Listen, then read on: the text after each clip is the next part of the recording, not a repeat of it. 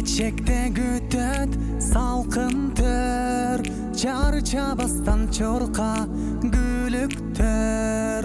Мекен үчүн кызмат кылалы, ыйман менен бирге жигиттер, ыйман менен бирге жигиттер. Келечектерди бирге куралы, кереметтерди бирге суналы. Кудайдын жолу бизге аманат, келгиле жаштар кызмат кылалы. Бир Кудайга кулач жайгандар, дини үчүн күйүп жангандар. Куран менен жүрөк нурланып, сүйгөнүбүз улуу пайгамбар, сүйгөнүбүз улуу пайгамбар. Келечектерди бирге куралы, кереметтерди бирге суналы. Кудайдын жолу бизге аманат, келгиле жаштар кызмат кылалы.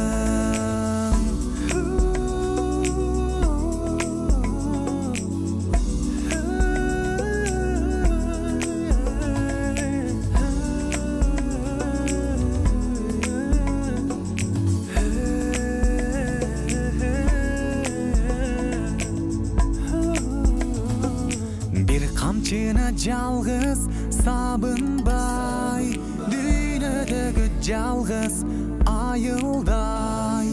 Эч бөлүнбөс бир туугандарыбыз, бир денеде соккон тамырдай, бир денеде соккон тамырдай. Келечектерди бирге куралы, кереметтерди бирге суналы. Кудайдын жолу бизге аманат, келгиле жаштар кызмат кылалы. Келгиле жаштар кызмат кылалы. Мээримдүү боорукер, жараткан Алла Тааланын ысымы менен баштаймын. Рамазан айында ар бир үйдө жакшылыктар көп болсун. Жакшылык демекчи адам жүрөгү менен дайыма жакшылык жашаш керек экен, жасаш керек экен. Бир айылда Асан деген киши жашаптыр.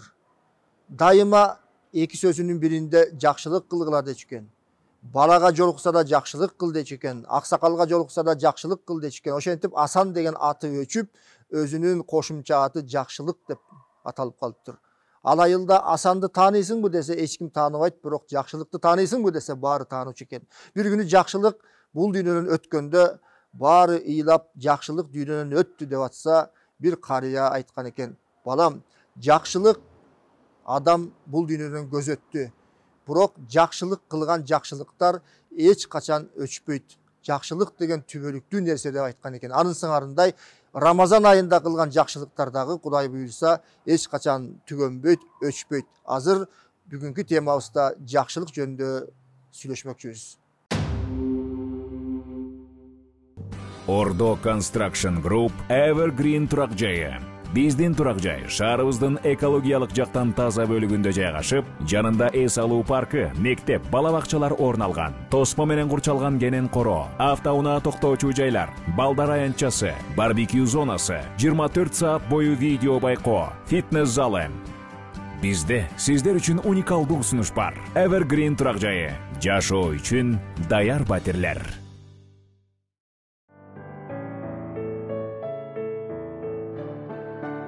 Үй-бүлө бул жашоонун эң жаркын учурлары.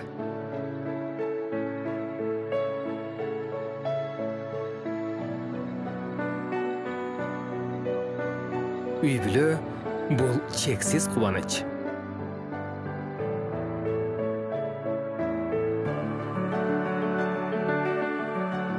Үй-бүлө бул керемет сенин жаныңда.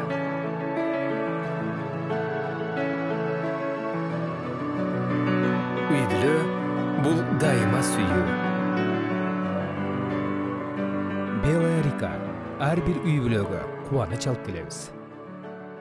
Ассалам кайрымдуулук фонду 7 жылдан бери өлкөбүздүн социалдык муктаждыктарын чечүүдө колунан келген жардамын аябай келет. Айрыкча көптөгөн жерлерге суу чыгарып, оорукана, мектеп, фаптарды, жетим жесирлерге үйлөрдү салып берди. Саламаттык сактоо министрлигине гемодиализ аппараттары баштаган бир нече медициналык жабдыктарды алып беришти. Андан сырткары бир нече мечит, медресе, көпүрөлөрдү салып берүү менен аярылуу катмарга гуманитардык жардамдарын, жөлөк пулун берип келишет. Ассалам кайрымдуулук фонду. Кайрымдуулук кайталангыс касиет. Ассалам кайрымдуулук фонду Кыргызстан мусулмандарын ыйык Рамазан айы менен куттуктайт. Апам бышырган таттууларды аябай жакшы көрчүмүн. Аны менен чогуу камыр даярдап, аларга ар түрдүү калыптарды берип, кооздоп жасачыбыз. Апамдын рецепттерин мен түбөлүккө издеп калдым. Эң негизгиси, мен апамдан конок күтүү маданиятын үйрөндүм. Анын жардамы менен ар бир жолугушуу мен үчүн кайталангыс болду. Рахмет чайы. Бул ар бир чыныдагы чайдын кынтыксыз түсү, дамы жана жагымдуу жуты. Рахмет чайы.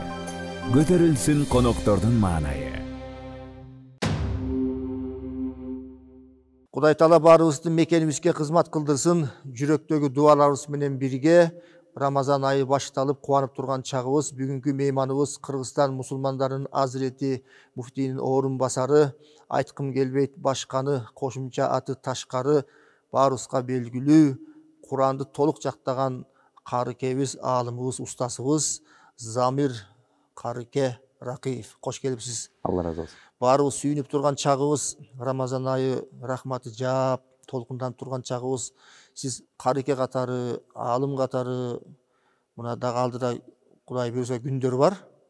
Эл Рамазанды кандай өткөрүш керек, кандай сооп иштерди кылыш керек, кандай ибадаттарды кылыш керек, ибадатка жаңы түшүнүк алып келип үйрөнүп аткандар кандай жолдорго кадам шилтеш керек, ушул жөнүндө айтып берсеңиз. Бисмиллахир-рахманир-рахим. Алхамдулилlah. Вассалату вассаламу аля расулилlah.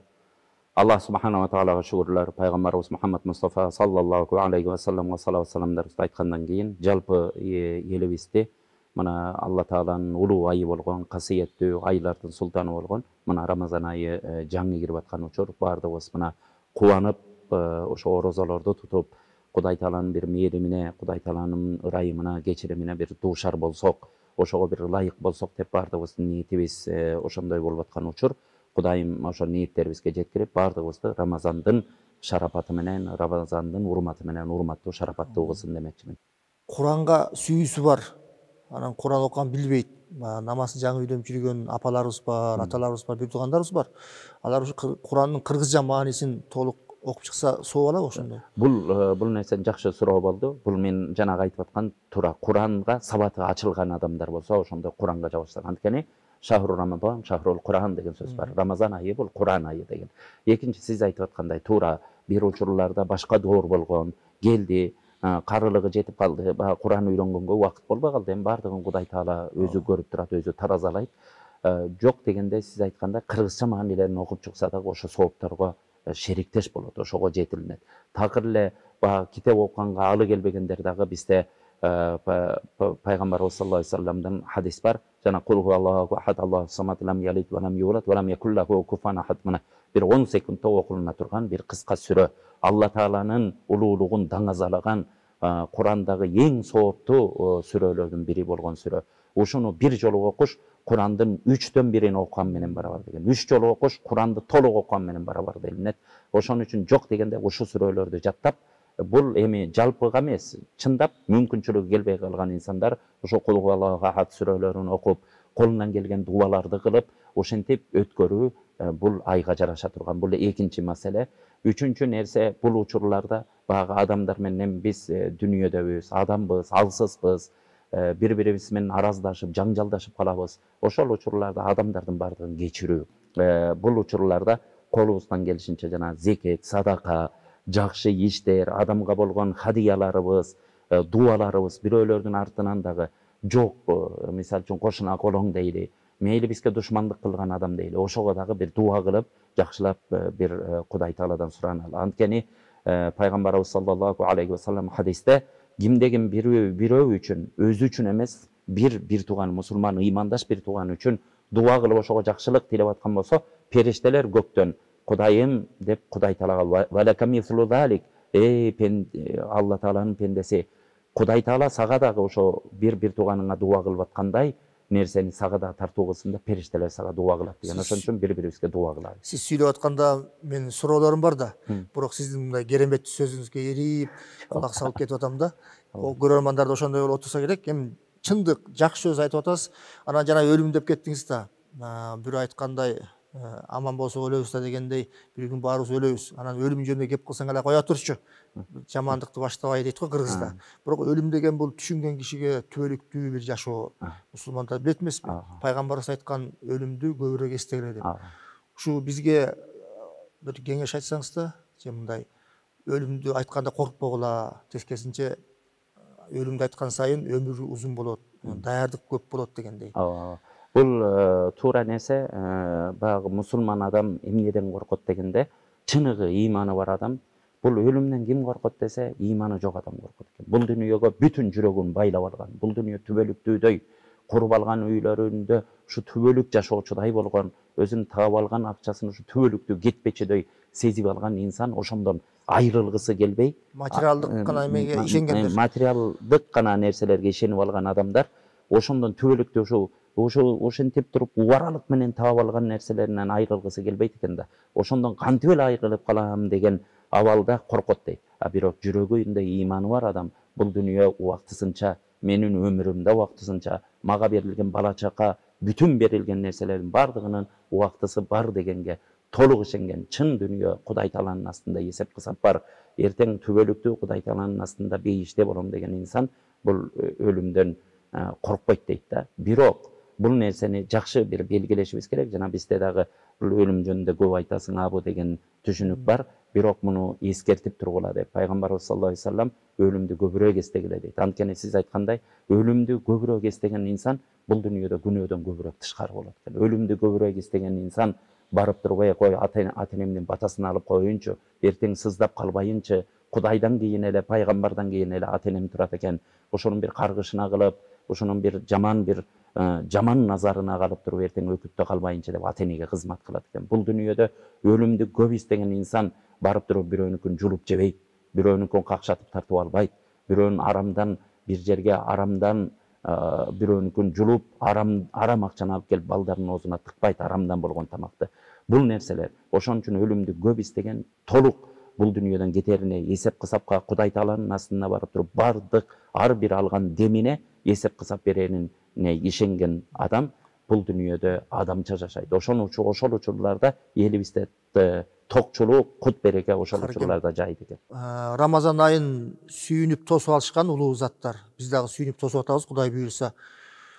Кантип сүйүнүп тосуп алабыз? Ошо сүйүнүчтү кантип биз сезебиз? Анан дагы бир суроодо Рамазандын күндөрүн кантип толтурабыз? Күндүз орозо, түнү намаз дейбиз. Бирок күндүз ибадат кылбай эле түнү ибадат кылып, кээ бир кечке уктагандар бар мисалы. Канчалык сооптору бар, кандай иштер кылсак?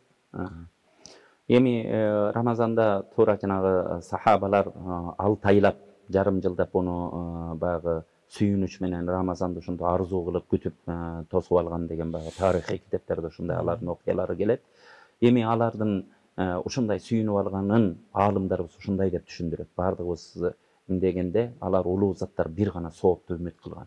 Кудай Таалага ушундай байланган, Алла Тааланын мээримине ушундай үмүт кылган. Анан пайгамбарыбыздын буга Рамазанга айткандай башка мезгилге айткан эмес. Рамазанга айткан хадистери, Рамазанга ишарат кылгандарын эч бир башка убакыттарда андай хадистерди таба албайбыз. Ошон үчүн Рамазанга аябай пайгамбарыбыз басым жасаган. Андан кийин пайгамбар саллаллаху алейхи вассалам хадисте ман сома рамадана иманан ва ихтисабан гуфира лаху ма тaqaddama min замби.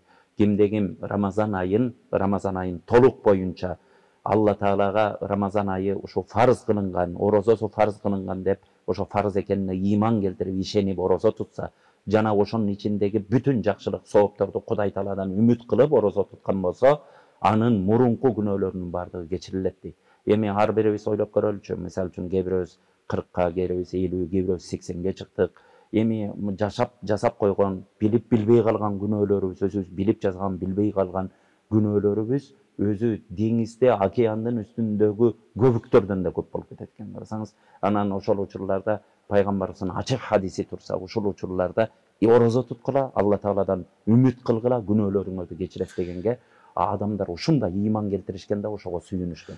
Эми ар бирибиз сиз кандай сүйүнөбүз дегендей мааниде берип атпайсызбы? Ушундай хадистерди көп окушубуз керек.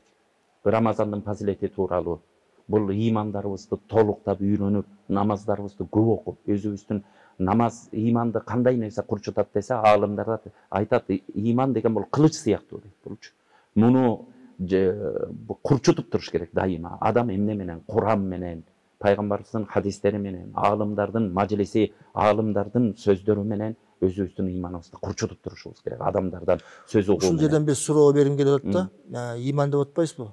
Ыйманды карапайым элге жөнөкөй тил менен кантип түшүндүрөсүз? Себеби кээ бирөө ыйман десе башкача түшүнгөндөр бар экен да.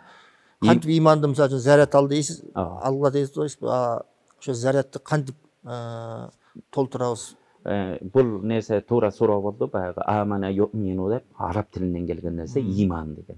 Бул ишенди деген сөз. Ишенүү. Бул ыйман деген ишенүү. Ишенүү кимге? Алла Тааланын бар бир экенине, Алла Тааланын кудуреттүү зат экенине, кыямат күнүнүн бар экенине, кыямат күнүндө эсеп кысап бар экенине, кыямат күнүндө биздин ар бир кылган жакшы ишибиз, жаман ишибиздин бардыгы таразага салына тургандыгына, Алла Тааланын адилеттүүлүгүнүн бардыгына ишенүү. Бул чын жүрөк менен, жүрөктө эч шек калтырбай ишенүү, көрбөй туруп пайгамбарыбыздын пайгамбар экенине ишенүү, бул ыйман болуп эсептелинет.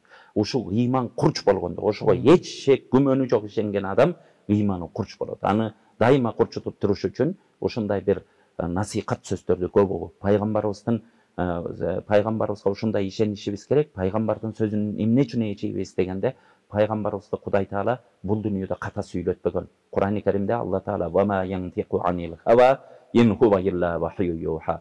Пайгамбар сүйлөгөндө абадан алып өзүнүн ою менен сүйлөбөйт. Пайгамбар сүйлөгөн сөздүн бардыгын биз сүйлөтөбүз. Мен сүйлөтөм деген Кудай Таала.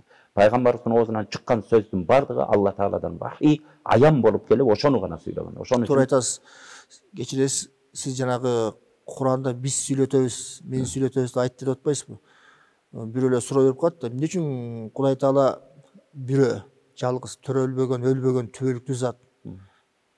Куранда эмне себептен биз деп айтылат? Биз деген эми бул тафсир илиминде айтылына турган нерсе. Бул жерде дагы баягы адеп жагы каралгандай. Андан кийин ошо периштелер аркылуу пайгамбарыбыздын оозуна, пайгамбарыбыздын дитине периште ташыган, ошон үчүн биз деп айтылган деп аалымдар ушундай айтышат деп тафсир кылат.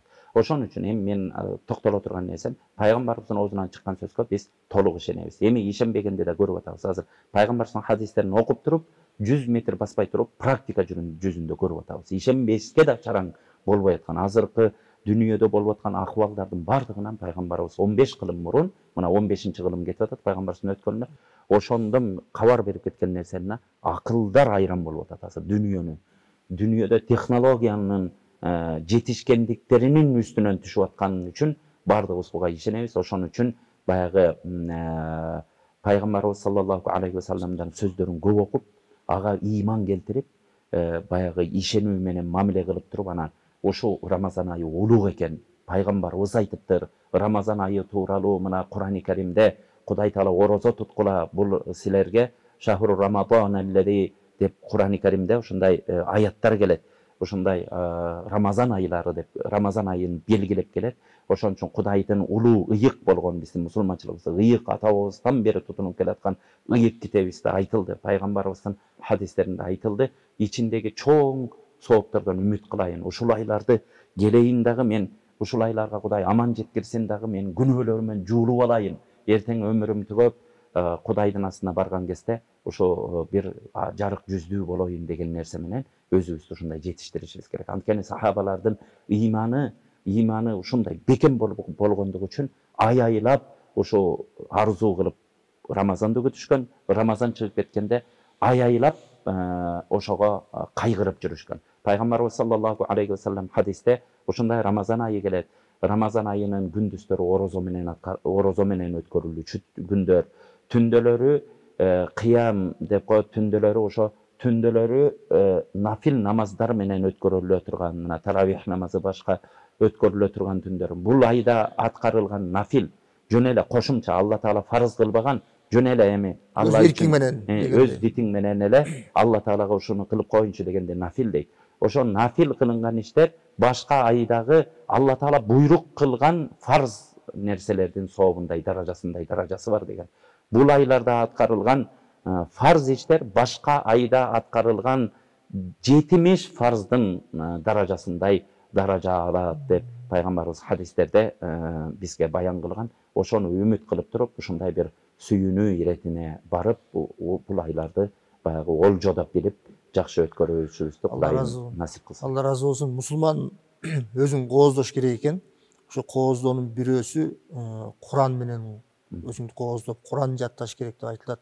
Сиз ошол Куран менен кооздолгон каарыкелердин бирисиз. Кудай буйрса, Куран жаттайм деген инсандарга кандай кеңеш бересиз? Канча жаштан баштап жаттаса болот? Же адамдын өзүнүн эмесине жарашабы? Куран жаттоодо бул негизи улуу аалымдардын, ушундай чоң карылардын, чоң тарыхта өткөн аалымдардын бардыгы бул эң биринчи Кудайдан, экинчи нерсе бул ата эненин дагы өтө чоң зор салымы болот бул нерселерге. Мисалы үчүн Имам Бухари деп мына Курани Каримден кийин эле Куранда биздин акылыбыз жетпей калган нерсени эле Имам Бухаридин пайгамбарыбыздын хадистерин топтогон китебинен билебиз. Ушу биздин Орта Азияда Бухара шаарынын тегерегинен чыккан улуу аалым болгон. Ушу кишинин дагы ушунчалык даражага жетисине энеси себеп болгон экен. Көрдү, энеси ушу баламды эч дааратсыз эмизбегим деген. Андан кийин улуу зат келип кеткен, мына Ибн Сина болсун, медицинанын атасы болгон зат. Андан кийин ким эле оозубуз калбайлы улуу заттардын бардыгын атасы, энеси ушундай таза адамдар болгон. Өзгөчө энеге байланыштуу болот экен. Бул ак сүтүн берген учурларда ошо дуа кылып, ата эненин пайгамбарыбыз саллаллаху алейхи вассалам 3 адамдын дуасы артка кайтпай кабыл болот деген. Ошонун бирөө ата эненин дуасы дейт. Ата эненин балага кылган дуасы.